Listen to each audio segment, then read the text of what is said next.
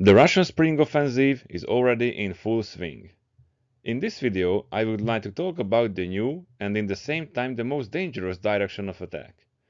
Indeed, dear ladies and gentlemen, the Russians have commenced their general offensive in the second week of April.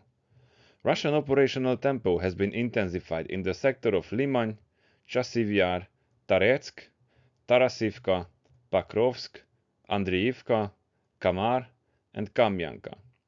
In this video, I will talk about the operational sector of Pakrovsk a bit, but what is more important, I will talk about the new direction around Tarasivka. One of the Russians' most important operational goals in the Donbass is Pakrovsk. Capturing this town would provide attacking opportunities towards the Zaporizhia region and to the north to reach the back of the Ukrainian forces holding Taratsk and Chasiv Yar, and at the end seriously threaten Slavyansk and Kramatorsk. But the Russians here faced a no easy task. The Ukrainians constantly launched limited but very effective counterattacks against the Russian Bulge southwest of Pakrovsk. I mean effective not in terms of liberating huge areas, but in terms of ruining the Russians' timetable. As I described it in my previous video, the Russians realized that they can achieve success only by launching well-prepared infantry assaults, but I also presented that they always stick to a rigid schedule. And a well-timed Ukrainian counterattack can set the Russian timetable back with 24 up to 72 hours. And in this exact location, the terrain also hampered the Russians because they had to send everything through a choke point. Therefore, it is no surprise that it took them longer time to prepare for this offensive. In the first week of April, the Russians managed to concentrate a whole battalion into the Bulge. It seems that the Russians learned their lesson. On the 17th of April, they fanned out and tried to launch multiple smaller-scale attacks in the general direction of Pakrovsk. But it also seems that they did not manage to effectively defend these attacks against the Ukrainian drones. A crystal clear evidence for this statement of mine is the video documented losses of 229 dead, 34 wounded, losing 24 armored vehicles, 99 motorbikes and 2 trucks only on this day. After losing these forces, the Russians realized that they have to adapt to the situation even better. They intensified their efforts in terms of drone protection and also artillery preparation. It seems that they achieved significant successes in this regard because in the following days of April they managed to execute some pretty effective TOS-1 and TOS-2 strikes against targets at the southern perimeter of Pakrovsk. The capability of deploying these short-range but high-value artillery assets means that they could hide and protect them from the Ukrainian drones long enough to make their presence felt.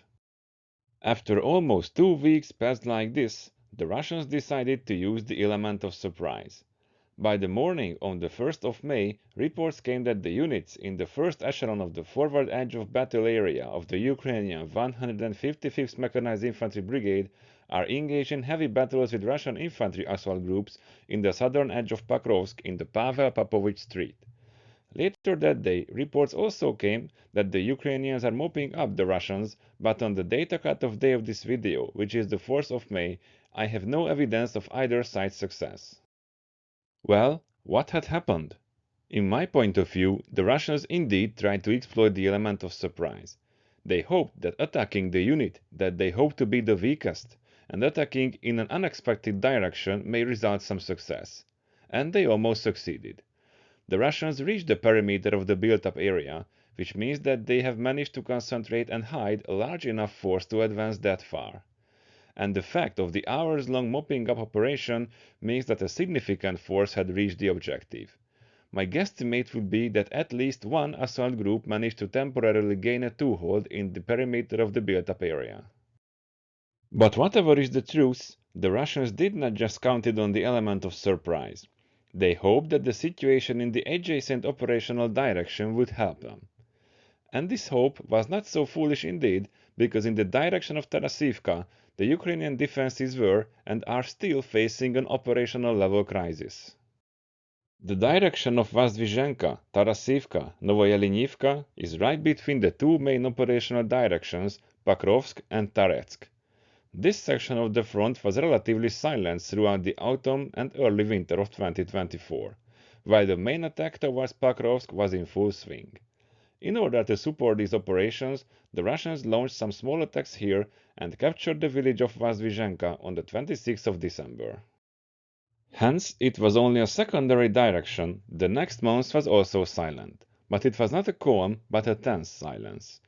On the 28th of January, in parallel with the height of the battle southwest of Pakovsk, the Russians launched a surprise attack. With a mechanized infantry platoon, they captured the important highway junction, thus seriously hampering Ukrainian maneuvers parallel with the front in this sector. The commander and staff of the Russian 20th Guards Motorized Rifle Division responsible for the attacks here realized that they can and should use this penetration to put further pressure on the Ukrainian defenses in order to have the two main directions, and they acted accordingly.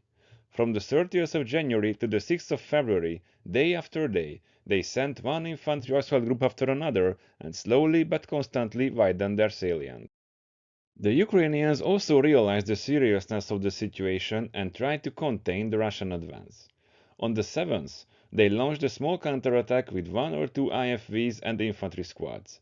They managed to recapture the very small village of Vodyan Druha, but it was not enough to stop the Russians, even thinking about the right flank of the salient. In the next 10 days, the Russians indeed concentrated their resources on the right flank, and by the 18th of February, slowly but surely, they managed to reach the stream north and northeast of Baranivka. On the same day, the Ukrainians launched another counterattack, larger than the previous one. They sent a mechanized infantry platoon with adequate drone support and recaptured the highway junction and the surrounding tree lines. After these attacks and counterattacks, another month of suspicious silence came. These 4 weeks was used by the Russians to gather enough force to execute recon tasks and artillery strikes.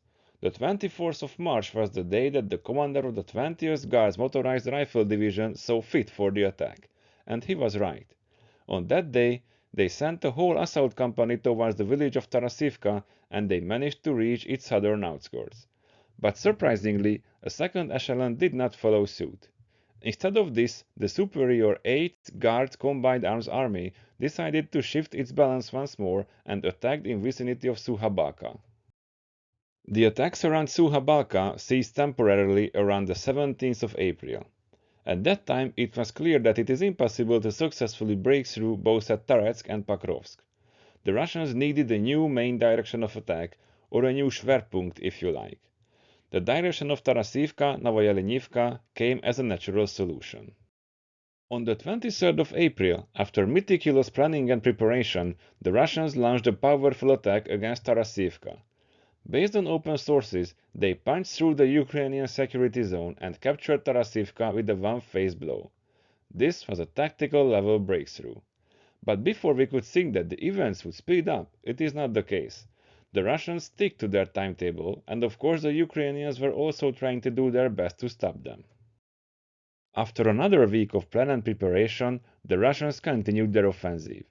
They sent another assault company of the 33rd Motorized Rifle Regiment towards Novoyelinivka, and they captured it.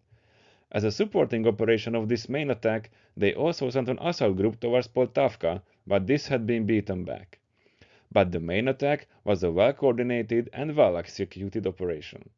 The Russians sent drones with which they hit high-value targets such as IFVs bringing reinforcements, artillery pieces, and mortars. All of this means that the Ukrainians had to respond hastily to the Russian attack because seemingly they did not care much for camouflaging their movement or their equipment. It is no surprise that the Russian attack was that successful. The Ukrainian defenses were ill-prepared. In these drone footages, we can clearly see that the trenches are missing any kind of overhead cover and camouflage. In the picture on the right, it is clearly visible that some overhead cover was indeed planned, but it not had been finished. In this form, they are not enhancing the defenders' capabilities. Quite the contrary, they are practically death traps. In very close coordination with the artillery strikes, the Russians commenced their assault. What is very interesting in this regard is that they executed it only on motorcycles. At first glance it seems stupid, but it is not. In the era of transparent battlefield, riding a motorbike on the front means that an attacking infantry company presents more than 90 fast-moving individual targets. If the defenders' artillery and machine guns have been effectively suppressed, they are pretty difficult to stop only by drones. The Russians dashed into the village that had been heavily hit by artillery fire, and acting like some kind of Russian sons of anarchy, they dismounted their bikes and shot up everything that they found and occupied the village. What made the difference, of course, that this assault had been closely escorted and supported by drones. By the end of the 30th of April, the Russians set their feet in Novoyelinivka, and it seems that they managed to maintain communications and logistics with the forward elements. Indeed, some Ukrainian units fled the battlefield, mainly those who were holding the security zones south of the village. But that is not true what the Russians are saying, that the Ukrainians fled en masse. This statement of mine is ironically supported by Russian sources, who mention that after heavy battles they gained control over the whole village only by the morning of the 2nd of May. In this bigger picture you can see the seriousness of the problem caused by this Russian breakthrough. According to the schedule of the 20th Guards Motorized Rifle Division, they will launch the next attack somewhere on the 6th of May. But adding the fact that they achieved a significant breakthrough, it means that they need a more complex readjustment of their forces, artillery, drones and logistics. I would say that they will probably launch their next attack here around the 8th or 9th of May or a bit later in order to widen their breakthrough. And I am also sure that the Ukrainians will dispatch forces from Taraska and Pakovsk to solidify their defenses here, because like it or not, the Ukrainian defenses in this area had been seriously broken through in the last days of April. If the Ukrainians cannot stop the Russian advance by VE Day, sooner or later, but I say that rather sooner, they will have to retreat to the line marked as Phaseline Romeo. Well, that is all that I wanted to say for now. If you think my job worth it, please give this video a like or subscribe to my channel. If you have anything to add, I am more than happy to see it in the comments. Thank you for watching and see you soon.